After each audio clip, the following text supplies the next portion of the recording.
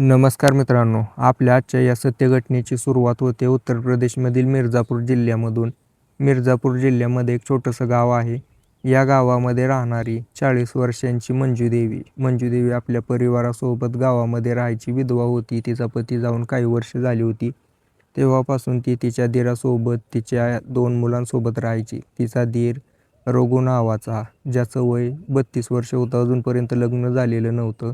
त्याचं कारण होतं की यांची गरीब परिस्थिती. मंजूदेवी लोणचं बनवायची, ती विकायची, त्याच्यातून येणाऱ्या पैशातून घर चालायचं.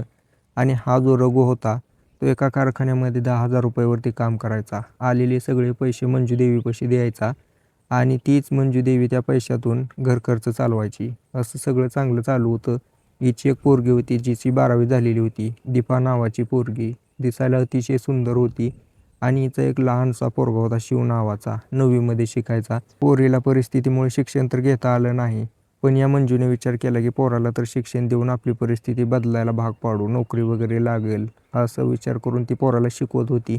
पोरगी निवांत घरी बसून असायची. तारीख होती 10 मार्च 2025ची. या दिवशी रघु घरी आला आणि वहिनीला म्हणला की वहिनी, मला लय कंटाळा आलाय, मी काही या फॅक्टरीमध्ये जाऊ शकत नाही. त्या ठिकाणी ही वहिनी म्हणते की काय झालं, एवढं का कंटाळला आहेत? हा म्हणला की 8,000 रुपये देतेत, मेहनत 12-12 तास करून घेतेत, ना मला खायला देतेत ना प्यायला देतेत, काम काम कामच. त्यावेळेला ही म्हणते की मग आता करायचं काय?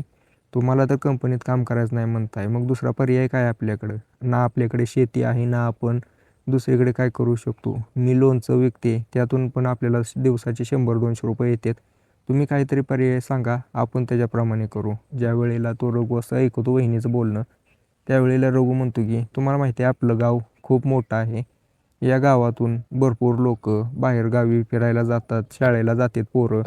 त्यांना एका रिक्षाची गरज आहे. आपल्या गावापासून बस स्टँड 3 किलोमीटरवरती आहे आणि या दरम्यान एकही रिक्षा नाही. तर माझा असा विचार आहे की मी रिक्षा घेईल आणि आपल्या गावातून त्या बस स्टँडपर्यंत रिक्षा चालवेल, जेणेकरून आपलं चांगलं उत्पन्न येईल. त्यावेळेला ती मंजूदेवी त्याला होकार देते आणि म्हणते की चालेल, काय हरकत नाही, पण रिक्षा घेण्यासाठी पैसे कुठून येतील? त्यावेळेला हा रघु म्हणतो की माझ्यापाशी तर पैसे नाहीत, 10-5 हजार रुपये असतील कुठेतरी ठेवलेले, बाकी सगळे पैसे तर मी तुमच्यापाशी द्यायचो. आता बघा तुम्हीच पैशाची ॲडजस्ट कशी तर करा. या ठिकाणी मंजूदेवी तर एवढ्या पैशाची ॲडजस्ट करू शकत नव्हती. तिने भरपूर नातेवाईकांना विचारलं. या नातेवाईकाला फोन केला, त्या नातेवाईकाला फोन केला, याच्या घरी जा, त्याच्या घरी जा. हातापाय जोडलं तरी पैसे काय जमा झाले नाहीत. 5-50 हजार रुपये जमा झाले. आता करायचं काय? हिचा दीर तर म्हणत होता की मला काम करायचं नाही, रिक्षाच घ्यायची आहे आणि रिक्षा घेण्यासाठी तर पैसा नाही. त्यावेळेला हिच्या लक्षात येतं की आपल्या गावातला एक सावकार आहे, तो की व्याजाने पैसे देईल. आता असा विचार करून ही तिच्या दीराला म्हणते की मी उद्याच जाऊन आपल्या गावातल्या सावकाराला पैसे मागून घेऊन येईल. 50 हजाराची जुळणी झाली, अजून 1.5 लाख रुपये भेटले म्हणजे रिक्षा घेऊन येऊ आणि तुमचा व्यवसाय चालू होईल. रघु खुश झाला. त्या दिवशी रघु त्याच्या मित्रांसोबत गेला, पार्टी वगैरे केली, घरी आला आणि वहिनीला म्हणला की वहिनी, उद्या तेवढं नक्की काम करा. वहिनी त्याला होकार देते. मंजूदेवी तिच्या पोराला जेवण वगैरे घालते, पोरीला जेवण घालते, सायंकाळी झोपी जातात. सकाळी उठून ही मंजूदेवी त्या सावकाराकडे निघायला लागते. सावकाराबद्दल बोलायचं झालं तर अनिल नावाचा हा सावकार अतिशय बेकार व्यक्ती, गावातील बदनाम व्यक्ती. अनेक महिलांवरती याची नजर असायची. पैसे दिले की हा व्याज लावत जायचा, व्याज लावत जायचा. पैसे घेणारा माणूस संपून जायचा, पण याचं काही व्याज संपत नव्हतं. आणि ज्या वेळेला त्याच्याकडे पैसे नसतील त्यावेळेला त्याच्या घरातल्या आई बहिणीवरती हा नजर टाकायचा, त्यांच्यासोबत वाईट करायचा. अशा प्रकारचा हा व्यक्ती, नाड्याचा ढिल्ला होता हा अनिल. या भोळ्या बाबड्या मंजूदेवीला या अनिलच्या कर्तृत्वाबद्दल काहीच माहिती नव्हतं. ती आपले सकाळी उठून सगळं आवरून वगैरे त्या अनिलच्या घराकडे निघाली. अनिलच्या घरापाशी पोहोचली. भला मोठा बंगला होता. घरापुढे मोठ्या गाड्या, नोकर चाकर सगळे होते. नोकरांना विचारते की अनिल साहेब घरी आहेत का? नोकर म्हणले आहेत की. त्यावेळेला ती आतमध्ये, त्या ठिकाणी हा अनिल चहा पीत बसलेला होता. अनिल म्हणतो की या वहिनी कसं काय आलात, लय दिवसात आला इकडं, काय काम आहे बोला की. त्यावेळेला मंजूदेवी म्हणते की तुम्हाला माहिती असेल मी विधवा आहे, माझा पती का माझं घर चालवण्यासाठी मलाच करायला लागते सगळं. माझा दीर तर काम करत होता कंपनीमध्ये, पण त्या ठिकाणी काम करायला नको म्हणतोय, तो एक रिक्षा घ्यायची म्हणतोय. यावेळेला अनिल म्हणतो की मग मी काय मदत करू शकतो, बोला ना फक्त तुम्ही. ती म्हणली की काही मदत नको मला, फक्त 1.5 लाख रुपये पाहिजेत व्याजाने. 50 हजार रुपये जमा झालेत, आम्ही रिक्षा घ्यायचा विचार करतोय. त्यावेळेला अनिल तिला म्हणला की मी पैसे तर देईल तुम्हाला, पण त्याच्या बदल्यात मला काहीतरी पाहिजे. आता या ठिकाणी ती म्हणली हो बरोबर आहे ना, तुम्हाला पैसे दिल्यानंतर काय तर द्यावं लागेल. मी व्याज तर देईलच त्याचं. काय टक्केवारी आहे ते मला सांगा. त्याच्या हिशोबाने आपण ठरवू. हा अनिल तिला म्हणतो की तुम्ही लय भोळ्या आहेत वहिनी. व्याज वगैरे काही नको आहे मला. मला फक्त तुम्ही पाहिजेत. त्या ठिकाणी ही शांत झाली आणि विचार करते. या अनिलने न घाबरता सरळ तिला विचारून टाकलं की तू माझ्यासोबत वेळ घालवशील का? मंजू देवी त्या ठिकाणी थोडीशी घाबरली आणि म्हणली नको मला पैसे पण नको, मला मदत पण नको. त्या ठिकाणाहून निघायला लागते. पण हा अनिल आता शांत बसणारा नव्हता. त्याची बायको होती ती बाहेर गेलेली होती. हा उठला आणि म्हणला की हे बघ माझ्या घरी आता कोणी नाही, नोकर जर आहेत ते काय कोणाला सांगणार नाहीत. पत्नी पण बाहेर गेलेली आहे. तू माझ्यासोबत थोडा वेळ घालव, 1.5 लाख रुपये घेऊन जा आणि द्यायचे तवा दे. मंजू देवी त्या ठिकाणी नकार दिला. त्यावेळेला याने तिचा हात धरला. हात धरल्यानंतर मंजू देवीला राग आला. मंजू देवीने अनिलच्या 2 कानाखाली मारल्या आणि त्या ठिकाणाहून हात सोडून घराकडे निघाली. घरी गेल्यानंतर थोडीशी रडत होती. त्यावेळेला तिच्या धीराने विचारले की काय झालं वहिनी? ज्यावेळेला रघु असं विचारतो त्यावेळेला ही म्हणते की काय नाही, डोळ्यामध्ये कचरा गेला येताना आणि पैशाची काय ॲडजस्ट झाली नाही, करू आपण काहीतरी हळूहळू. तिने तिच्या धीराला अजिबात काय सांगितलं नाही. आता हीच हिची सगळ्यात मोठी चूक होती. पुढे चालून हा अनिल सावकार तिच्यासोबत असं काही करणार होता की तिला अजिबात अंदाज नव्हता. त्या ठिकाणी ती जेवण वगैरे करते आणि झोपी जाते. दुसऱ्या दिवशी गावामध्ये गेलती एका नातेवाईकाच्याकडं. त्या ठिकाणी गावच्या सरपंचाने तिला बघितलं. सरपंच तिच्याकडे बघून म्हणतो की मंजू देवी इकडे ये जरा. माझ्या घरी ना एका मजुराची गरज आहे.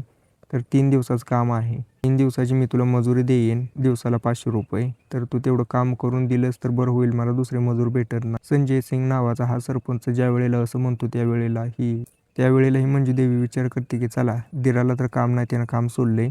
मी तर तसं कुठं कामाला जात नाही, पण कामाला गेले तर घरचा खर्च भागेल, 1,500 रुपये येतील. 3 दिवसाचं काम आहे असा विचार करून ती होकार देते आणि घरी येते. तिच्या घरी कोणीच नव्हतं. त्यावेळेला ती जेवण वगैरे बनवायला लागते. काही वेळानंतर तिचा धीर आला आणि म्हणला की वहिनी आता कोणाला पैसे मागू नका, कोणाचे घेतले असतील तर देऊन टाका. मला त्याच कंपनीमध्ये 12,000 रुपये देतो म्हणलेले आहेत. तर काय अडचण येणार नाही, काम पण कमी करावं लागणार आहे. त्या ठिकाणी मंजू देवी म्हणली ठीक आहे, काय हरकत नाही. आणि मलाही 3 दिवसाचं काम भेटलेलं आहे, 1,500 रुपये देतो म्हणलेत. आपल्या गावचा सरपंच संजय सिंग, त्याच्या रानामध्ये थोडं काम करायचं आहे. आता या ठिकाणी हा रघु म्हणतो की ठीक आहे तुम्ही कामाला जावा त्याच्या रानामध्ये, पण लक्ष ठेवा की जरा तो नीच नालायक व्यक्ती आहे. त्यावेळेला ती मंजू देवी म्हणली की काही अडचण नाही, मी माझं काम करेन आणि माघारी येईन. त्या ठिकाणी असं म्हटल्यानंतर ती कामाला जाते. रानामध्ये पोहोचल्यानंतर त्या संजय सिंगने तिला काम समजावून सांगितलं आणि तो आपला गावाकडे निघाला. गावामध्ये पोहोचला, ग्रामपंचायतमध्ये उभा होता. त्या ठिकाणी हा जो अनिल सावकार आहे तिथून चाललेला होता. त्याला हाक मारली. दोघं कट्टर मित्र होते. म्हणला की अरे काय अनिल, भरपूर दिवस झाला आपण कुठं पार्टीच केलेली नाही, पार्टी करायची का? अनिल म्हणला की मी तिकडेच चाललो आहे पार्टी करायला, जरा टेन्शनमध्येच आहे, चल मी तुला सांगतो. ते दोघं अड्ड्यावरती जातात, दारू पित होते. त्या ठिकाणी अनिलला विचारतो संजय सिंग की बोल मगाशी काय म्हणत होता, काय टेन्शन आहे? अनिल म्हणतो की एक विषय झाला आहे, तुला माहिती आहे का आपल्या गावातली ती विधवा मंजू देवी, ती दिरासोबत राहते बघ, तिच्याबद्दल आणि तिच्या दिराबद्दल गावामध्ये अफवा आहे. संजय म्हणला की हो माहिती आहे ना मला, अरे ती तर माझ्या रानात कामाला येते, मी तिला 3 दिवसात काम दिलेलं आहे. त्या ठिकाणी अनिल म्हणला की एवढी गद्दारी करायला लागला काय? तुझ्या मित्रासोबत तिने वाईट काम केलं आणि तू तिलाच काम देतो काय? संजय सिंग म्हणाला की नेमकं काय झाले मला सांग तर. हा म्हणू लागला की माझ्याकडे पैसे मागायला आली होती. त्यावेळेला मी त्याला सरळ विचारलं की मला करू देते का?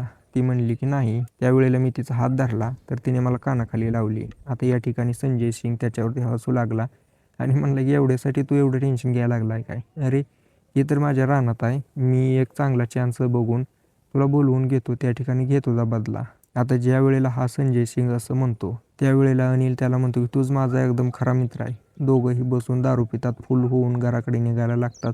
दुसऱ्या बाजूला मंजू देवीनं तिचं जे काम होतं ते केलं आणि घराकडे गेली. घरी गेल्यानंतर जेवण पाणी केलं आणि झोपी गेली. तिच्या मनामध्ये होतं की काम तर सोपं आहे, अजून 2 दिवस राहिलेत, 2 दिवस काम केलं म्हणजे काहीच अडचण नाही, 1,500 रुपये हातात येतील, एका महिन्याचा राशनचा खर्च भागून जाईल. असा विचार करून ती दुसऱ्या दिवशी पुन्हा त्या संजय सिंगच्या रानामध्ये पोहोचली. संजय सिंग तिथंच होता. संजय सिंग बघतो की मंजू देवी आलेले आहे. रानामधले जेवढे पण मजूर होते तेवढ्या सगळ्या मजुरांना त्याने हाकलून लावलं घरी. आता रानामध्ये ही मंजू देवी आणि हा संजय सिंग दोघेच होते. संजय सिंग अनिलला फोन करतो आणि म्हणतो की अरे मासा गळायला लागलाय, पटकन येतो मासाला घेऊन. अनिल पण सुडाने पेटलेला होता. तो रस्त्याने येताना एका ठेक्यावरती गेला. त्या ठिकाणाहून 2 बाटल्या घेतल्या आणि संजय सिंगच्या रानाकडे आला. त्या ठिकाणी संजय सिंग बसलेला होता. संजय सिंग पाशी आल्यानंतर म्हणला, कुठं आहे मासा? आता त्यावेळेला या संजय सिंगने मंजूकडे हात केला आणि तिला दाखवलं. अनिल त्या ठिकाणी खुश झाला.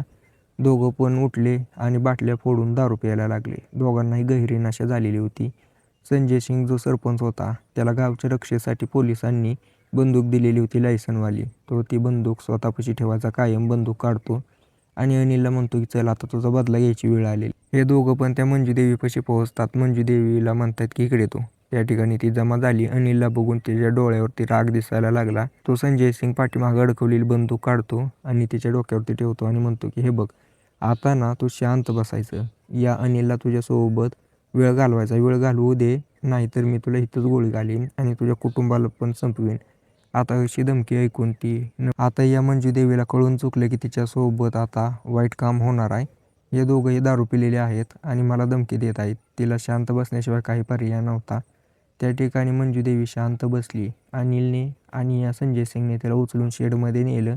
तिच्याच साडीने तिचे हातपाय बांधले, साडी काढली, तिचं आतलं अंतर्वस्त्र काढलं आणि तिच्यावरती तुटून पडले. त्या ठिकाणी दोघांनी एका पाठोपाठ तिच्यासोबत वाईट काम केलं. तोपर्यंत करतात जोपर्यंत त्यांचं मन भरत नाही.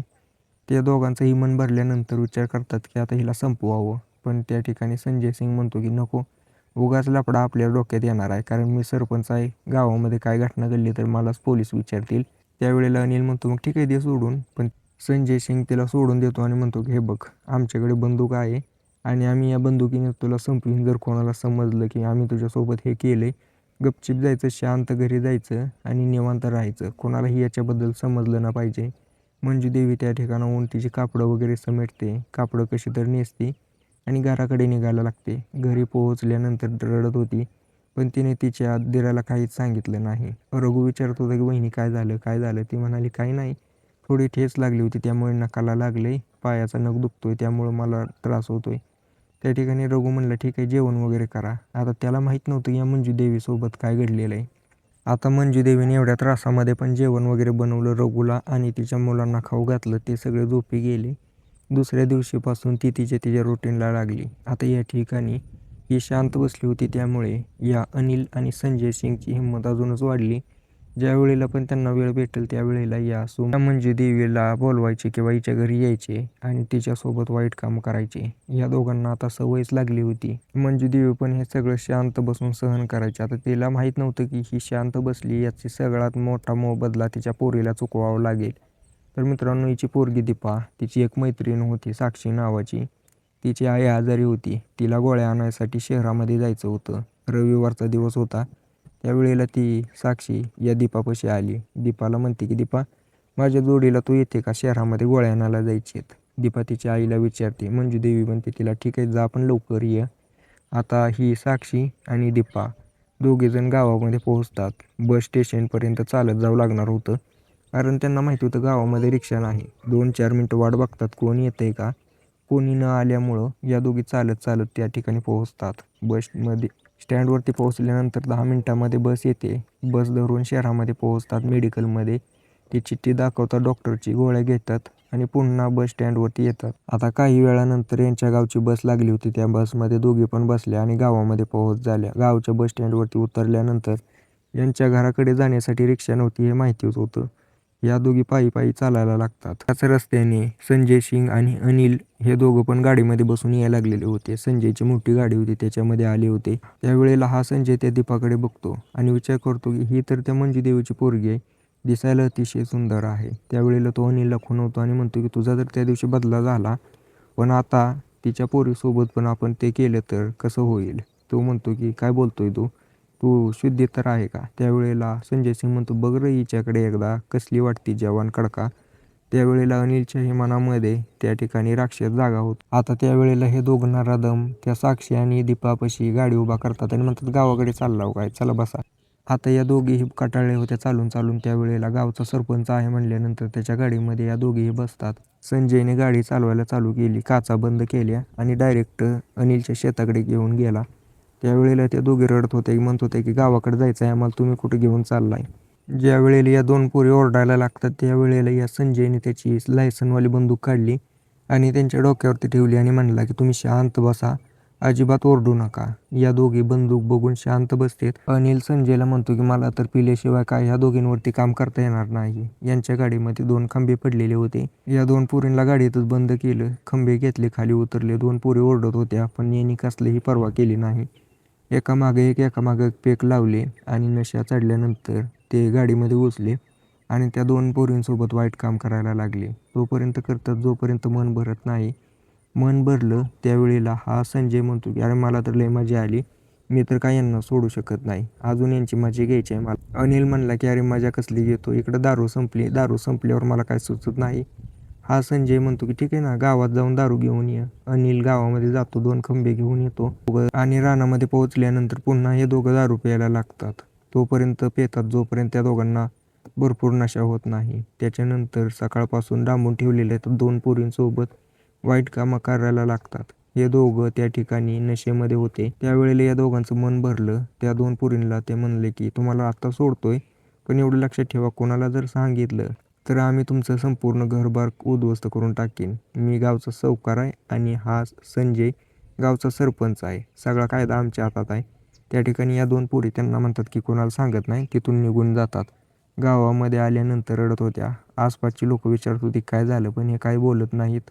घरी पोहोचतात. त्या ठिकाणी उशीर झालेला होता त्यामुळं या दीपाची आई वाट बघत बसलेली होती. त्या ठिकाणी या मंजूदेवीचा दीर पण होता रघु. तिचा एक लहान भाऊ शिव तिथंच बसलेला होता. या दीपाला रडताना बघून तिची आई विचारते की उशीर पण झालाय, रडते पण नेमकं काय झालंय? त्यावेळेला ती साक्षी सांगू लागते की काय सांगू, माझी चूक आहे. मी हिला नेलं नसतं तर असं घडलंच नसतं. आपल्या गावचा जो सरपंच आहे ना, तो आणि त्याच्यासोबत सावकार या दोघांनी ना आमच्या दोघींना रानामध्ये नेलं गाडीत बसवून आणि त्या ठिकाणी दिवसभर आमच्यासोबत वाईट काम केलं. आता हे सगळं ऐकल्यानंतर मंजूदेवी ती रघुला म्हणते की माझ्यासोबत पण यांनी भरपूर दिवस वाईट काम केलेलं आहे. त्या ठिकाणी रघु होता, तिचा लहान पोरगा शिव होता. आता हे सगळं तो शिव ऐकत होता. त्याच्या मनामध्ये त्या सरपंच आणि सावकाराबद्दल राग निर्माण होऊ लागला होता. रघु म्हणला की चला आपण पोलीस स्टेशनमध्ये जाऊ. 4-5 जण पोलीस स्टेशनमध्ये पोहोचवतात. त्या ठिकाणी कार्यरत असलेले पोलीस अधिकारी याला म्हणतात की बोला काय पाहिजेल आहे, काय कंप्लेंट आहे? त्यावेळेला अनिल आणि त्या संजयचं नाव सांगितलं जातं आणि रघु म्हणतो की माझ्या वहिनी आणि पुतणीसोबत आणि तिच्या मैत्रिणीसोबत या दोघांनी वाईट काम केलेलं आहे. याच्या विरोधात आम्हाला कंप्लेंट द्यायची आहे. पोलीस त्यांचं तोंड बघतो आणि म्हणतो की तुम्ही गरीब लोक असंच करता कायम श्रीमंत लोकांवरती केस टाकता आणि त्यांच्याकडून पैसे वसूल करायचा प्रयत्न करता. ही पण तुमची चालच आहे. मला माहिती आहे ना. त्यामुळे तो त्यांची कंप्लेंट लिहून घेत नाही, माघारी पाठवतो. पण विषय हाच होता की त्या अधिकाऱ्याला संजय आणि त्या अनिलने पैसे दिलेले होते कंप्लेंट लिहून न घेण्यासाठी. त्यांना माहिती होतं की हे पोलीस स्टेशनमध्ये नक्कीच जातील. त्याच्या आधीच त्यांनी सेट करून ठेवलं होतं पोलीस स्टेशन. यावेळेला रघु घरी पोहोचला. घरी पोहोचल्यानंतर स्वतःवरतीच ओरडत होता. म्हणला की मी एवढा मोठा माणूस असून धडधाकट मी माझ्या पुतणीचा आणि वहिनीचा बदला घेऊ शकत नाही. तर त्या ठिकाणी हे गावातल्या एका पंचपाशी जात. आता मंजूदेवी विचारात पडली की काय करू काय करू? त्यावेळेला रघु म्हणला की आपल्या गावात ना पंचांची मीटिंग बसते. त्या ठिकाणी मोठे गावातले जाणकार व्यक्ती बसतात. तेच आपल्याला न्याय देऊ शकतात. उद्या ग्रामसभा बोलवू आणि त्या ग्रामसभेत आपण ही आपला मुद्दा मांडू. पण त्या ठिकाणी मंजूदेवी म्हणते की हा जो सरपंच आहे तो त्या ग्रामसभेचा मेन माणूस असतो ना. त्यावेळेला रघु म्हणला की बघू आधी आपण काही माणसांची भेट घेऊ. आता गावातले काही कर्ते माणूस होते. त्यांच्यापाशी हा रघु गेला वहिनीला घेऊन आणि घडलेली पूर्ण घटना सांगितली. त्यावेळेला ती लोक म्हणू लागली की ठीक आहे, या सरपंचाला तर आम्ही बघून घेऊ उद्या ग्रामसभेत. त्याला त्या ठिकाणी बसू देणार नाही. त्याच्यावरती जे काही आहे कारवाई करू आपण. तुम्ही उद्या ग्रामसभेत या. हे 4 जण उद्या ग्रामसभेत पोहोचवतात. त्या ठिकाणी पोहोचल्यानंतर तिथं सरपंच संजय सिंग आणि तो सावकार अनिल या दोघांना पण बोलवलं होतं आरोपी म्हणून. जाणकार व्यक्ती बसलेले होते. त्या ठिकाणी ही महिला पण होती. मंजूदेवी, तिची पोरगी, तिची मैत्रीण, शिव आणि तो रघु हे त्या सांगू लागतात की यांनी कसं वाईट काम केलंय. पण या ठिकाणी हा संजय म्हणतो की आम्ही तर काहीच केलं नाही. बरोबर आहे, या पोरी आमच्या गाडीमध्ये बसल्या होत्या पण ह्या आमच्याकडून पैसे मागत होत्या. आम्ही पैसे दिले नाहीत म्हणून या आमच्यावरती खोटा आरोप लावतायत. पोलीस स्टेशनमध्ये पण गेलते की खोटी केस करायला. पोलिसांनी खोटी केस आहे म्हणून घेतली नाही. तुम्ही विचारू शकता.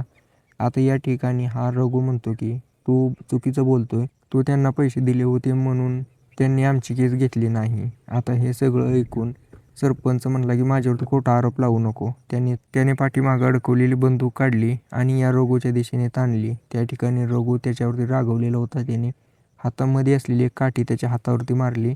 त्यामुळे त्याची खाली बंदूक पडली. आता दुसरीकडे या मंजुदेवीचा पोरगा, त्याच्या मनामध्ये राग भरलेला होता. त्याच्या बहिणीला रडताना बघून त्याला राहावलं नाही. त्याने ते पडलेली बंदूक उचलली आणि त्या संजयला 2 गोळ्या मारल्या आणि त्या अनिलला पण 2 गोळ्या मारल्या. त्याने त्याचा राग काढला. त्या ठिकाणी ते दोघं पण धाराशायी झाले. बघत बघतच हे दोघं पण स्वतःचे प्राण सोडतात. तिथं असलेल्या ग्रामस्थांनी पोलिसांना फोन लावला. पोलीस घटनास्थळी आले. त्या ठिकाणी त्या शिवला आणि रघुला पोलिसांनी अटक केली आणि त्यांच्यावरती गंभीर कलमांतर्गत गुन्हा दाखल केला. त्यांच्यावरती आता योग्य ती कारवाई केली जाईलच. पण मला सांगा, या शिवने आणि रघुने जो कायदा हातात घेतला तो बरोबर होता का चुकीचा होता? तसं बघायला गेलं तर यांनी कायद्याचा मार्ग आधी अवलंबला होता, पण कायद्याने त्यांची साथ दिली नाही. शेवटी त्यांना हाच पर्याय निवडावा लागला. त्यांच्या दृष्टीने बघायला गेलं तर त्यांचं बरोबर आहे, कायद्याच्या दृष्टीने बघायला गेलं तर ते चुकीचं आहे. बरं, आता तुमच्या दृष्टीने काय वाटतंय मला कमेंट करून नक्कीच सांगा. व्हिडिओ आवडला असेल